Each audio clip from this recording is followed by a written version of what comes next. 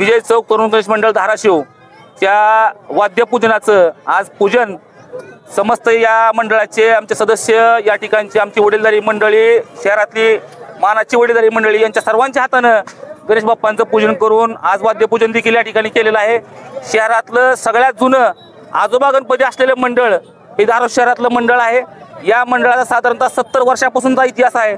स्वतंत्र काळापासून हे मंडळ या ठिकाणी कार्यरत आहे आणि आमच्या मंडळाच्या माध्यमातून दरवर्षी समाजोपयोगी कार्यक्रम, रक्तदान शिबिर असेल, गोरगरिबांना फळवाटप असेल किंवा अजून जे काही समाजोपयोगी कार्यक्रम असतील ते आम्ही दरवर्षी करतो। वृक्षारोपण असेल, विविध कार्यक्रमांचं हे सामाजिक विजय चौक तरुण मंडळ आमचं या ठिकाणी आहे।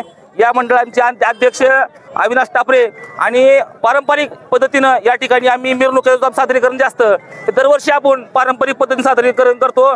आज गेल्या मागच्या वर्षीपासून जे पत्रकार बांधवांचं जे आपलं बक्षीस असायचं ते सुद्धा आमच्या मंडळाने या ठिकाणी पटकावलेलं आहे। पण माझी या ठिकाणी आपल्या माध्यमातून सगळ्यांना विनंती आहे की पत्रकार बांधवांनी जे बंद केलेलं बक्षीस वितरण आहे ते पुन्हा 16 करावं, हे आपल्या माध्यमातून पुन्हा एकदा विनंती करतो आणि आम्हा सर्व शहरातल्या मंडळांना आपण एक प्रोत्साहन द्यावं अशी देखील आपल्याला आज गणेश बाप्पाच्या वाद्यपूजनाच्या निमित्तानं विनंती करतो। धन्यवाद। जय हिंद, जय महाराष्ट्र।